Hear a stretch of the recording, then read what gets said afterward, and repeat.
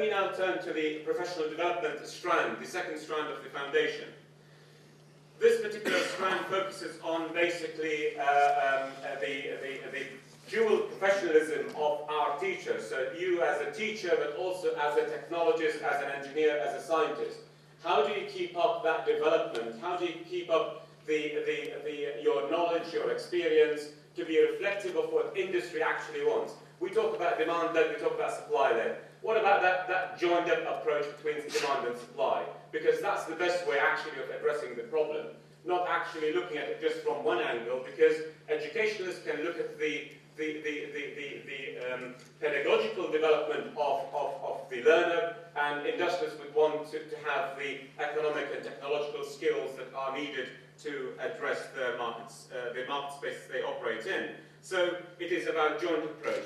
The IFS, the Industrial Fellowship Scheme program, which we've been operating with the support of the Gatsby Charitable Foundation, it's been absolutely a first-rate scheme that provides an immersive experience, an experience on-site in industry to enable that acquisition of the new knowledge and to repurpose that knowledge in the classroom. The impact so far is about 140,000 learners since we started the program. And as you can see, on the previous slide, you've seen the the breakdown in terms of the participation of male and female participation. Initially, when we started the program, we had 2% female participation. Now we start to see more actually women engineers, scientists taking part in this particular program and being engaged with industry. So it is important, good news, but we need to keep that momentum going. We need to ensure that we replenish the knowledge in the colleges to provide the most up-to-date knowledge to enable us to compete internationally.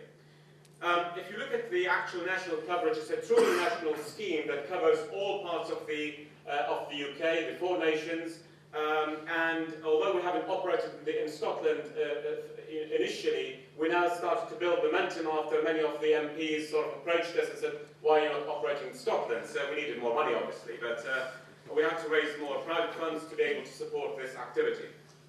And here we are, the list of colleges that we've given bursaries to, about 130 colleges that we've given grants to be able to engage in the Industrial Secondment Scheme. Today we are celebrating the success of these fellows who have engaged in the Industrial Fellowship Scheme, and we want to express our thanks to all the host companies that have taken the fellows for a period of 3 weeks and supporting this particular activity.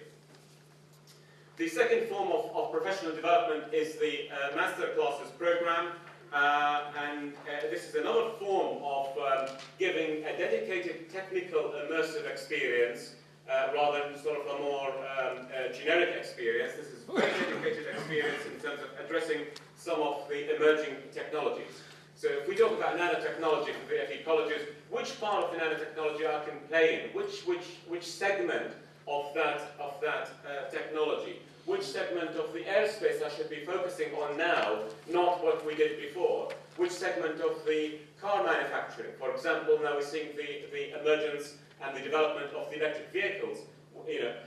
Have I got the capability within the college to address the development of electric vehicles, for example? And so on. So this is the sort of areas that we are trying to tackle through providing industrial knowledge, because these events do take place on site at the company site, and to show them exactly the process that they need to go through to develop the knowledge and the curriculum and the training. Normally, at the end of these sessions, you will have a pedagogy specialist which will then ask you and work with you to say, how are you going to teach this in the classroom? You've acquired that knowledge, fantastic, that's great. How are you going to teach it now and apply it in the classroom? So this is what we are doing. We've so far had about 350 participants in that program, but ideally we are looking to about 600 participants on the program, impacting some 60,000 learners nationwide. The third strand is basically innovation, knowledge and technology transfer. We've been instrumental in driving this agenda, and I'm pleased to see, obviously, my colleague from BIS, Jonathan Mackey, who has initially was the leader on that particular program within DICE at the time, and then subsequently this.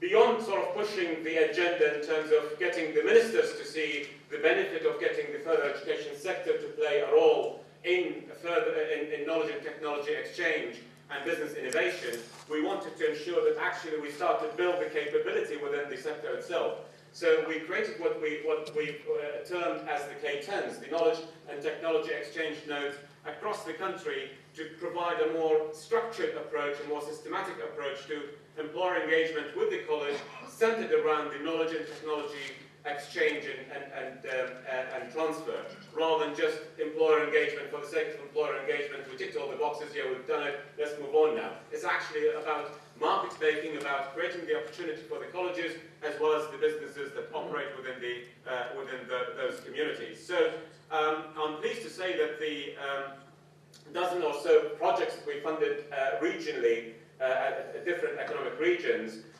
have netted fabulous results in terms of achievements, in terms of getting the tractions from companies to work with them. For example, the northern sort of activity, the northern node, has attracted some 40 companies working with them, and we only started this program last year. So, and equally in the southwest, we've seen fabulous results from that sort of level of interaction and defining opportunities. Without going into details into these, the case studies are available on the website. You can see them on, in details and contact the people, but equally there's an evaluation of that particular program, and it highlighted some of the exciting achievements and benefits from this program. Pushing this further within the FE sector as a catalyst for changing the mindset within institutions, we work with the Learning and Skills Improvement Service and the STEM partnerships to develop a capability, to develop a tool that will help the principals and strategic managers within colleges to implement KTT, knowledge and technology transfer, within colleges. So again, this is available. We are pleasantly surprised with the take-up of the use of this tool. Moving on now, it is important to actually get the principals and vice principals and heads of departments to embrace the knowledge and technology transfer and innovation agenda, because it is the driver for everything, really. And therefore, we've worked with the Technology Strategy Board and the KTP, the Knowledge Transfer Partnership, to develop the I2E program, the Innovate to Educate program, to enable the senior managers to provide them with the right support and mentoring to develop their capability and their strategies. And again, this program has resulted in fabulous achievements across the country, really good results. Some of the aspiring principals are using this as a way to differentiate themselves from the old principals. So it's an interesting time. So what we're doing over the next 12 months, well, we have an exciting agenda for you, maintaining the three themes of research, professional development, and knowledge transfer. In terms of research, we are looking to engage into examining specific sectors and to see the exactly what are the technical shortages, the technical skills shortages in three particular sectors: in biomedical technologies, food technologies and processing, and advanced manufacturing. Because we feel those will have also impact on the low carbon agenda, they have impact on the skills development, they have impact nationally on the economy. So we are looking at that at the present time, and the result of which will provide a three-dimensional reference map, which is a technical reference map, not just as generic skills. We're focusing on technical skills this time, rather than a fairly loosely defined set of skills. The second item we're looking at is very much scoping and segmenting the potential for creating a low-carbon capability within the FE sector. What does that actually mean for FE colleges? How do you dice and cut this particular item to therefore focus the energies of the colleges on certain areas? You've seen the new white paper, the Skills for Growth white paper that the government has published last November. And in the white paper highlighted the need for professionalizing the technician and technologist a bit more, and they've given a mandate to Lord Sainsbury, our benefactor, to lead on the development of professional registration for technicians and technologists. So we are now looking at benchmarking the standards for engineering technicians against the science technicians, against health technicians like pharmacy technicians, and broadening that base to obviously elevating the professional status of technicians and technologists, but also to enable them to have that continuous professional development. So we're working with initially a small group of departments and organizations, and we hope that we will have your participation in due course.